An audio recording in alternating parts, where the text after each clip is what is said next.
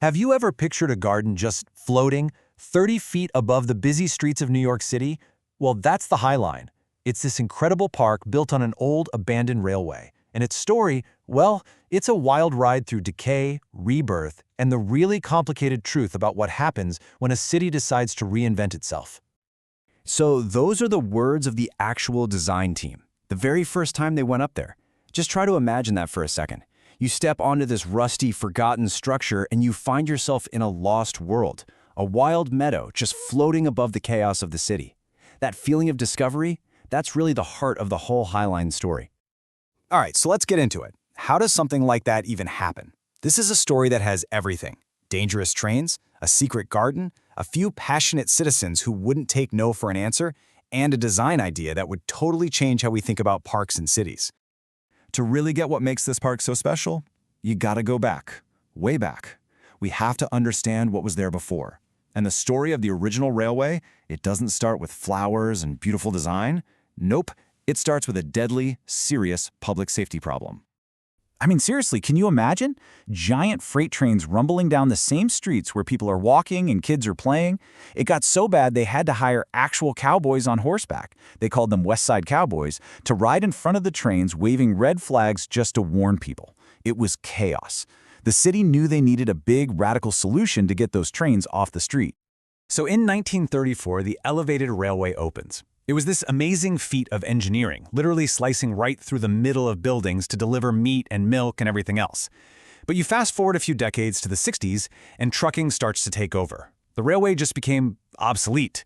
The very last train ran in 1980. Fun fact, it was carrying 3 carloads of frozen turkeys. And after that, for 20 years, it just sat there, rusting, an eyesore that everyone wanted to tear down. But here's where the story takes a turn. Because while most people saw a piece of junk, a few people started to notice something else. Something kind of magical was happening up there, 30 feet in the air, totally hidden from view.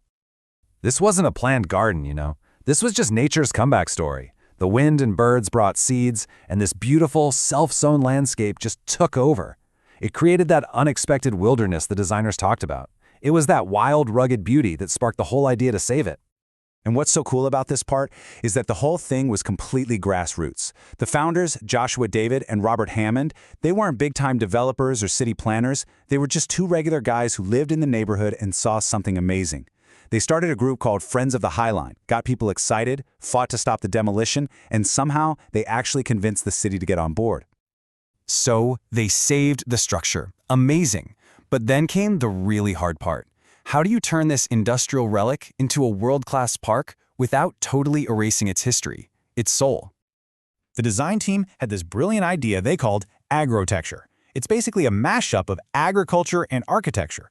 The whole point wasn't to just plop a generic park on top of the old tracks. It was about weaving the two together, the hard, rusty, industrial feel of the railway with the soft, wild feeling of the plants that grew there all on their own. And this quote from the planting designer Piet Oudolf just nails it. This guy's a legend. He's a master at creating these landscapes that feel completely natural and spontaneous, but are actually super carefully designed to survive in a really harsh environment. It's about capturing a feeling, not just copying a look.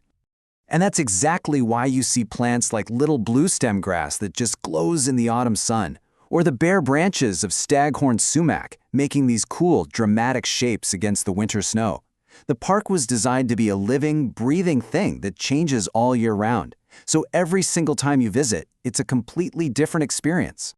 The actual construction was like this delicate dance. They carefully lifted out all the old tracks, put in these new pathways, and then put the original rails right back in, embedding them into the landscape. So you're always walking alongside that history.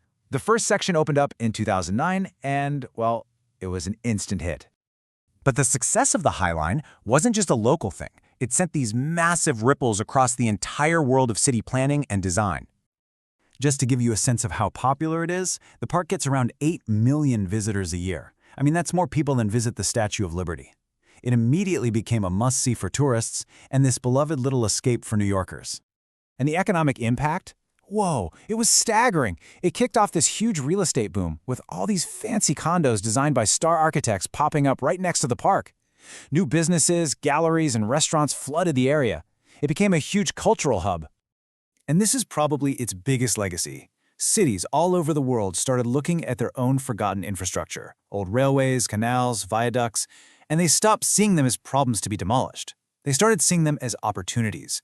This global trend of turning old stuff into new, beautiful public spaces, we now call that the Highline effect. But, and this is a really big but, the story doesn't end there. All of this incredible success came with a whole set of very complex and often pretty controversial consequences. Right, because as the park's success just exploded, it raised a very tough question. As this whole neighborhood completely transformed, people started asking, who is all this for? Who is really benefiting? And maybe more importantly, who's getting pushed out? You can really see the conflict here.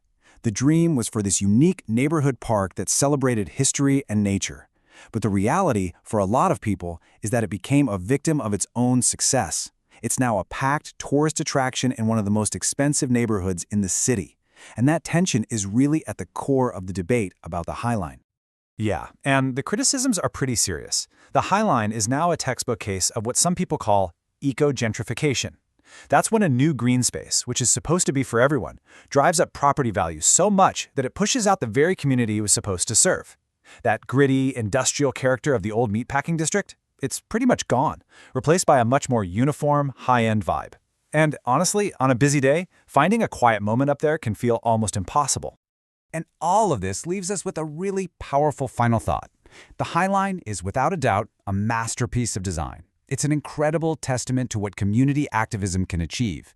But its story is also a huge lesson for cities everywhere, forcing them to ask, when we renew a place, how do we make sure that progress is fair? And how do we make sure that the soul of a neighborhood isn't the price we pay? It's a question with no easy answers.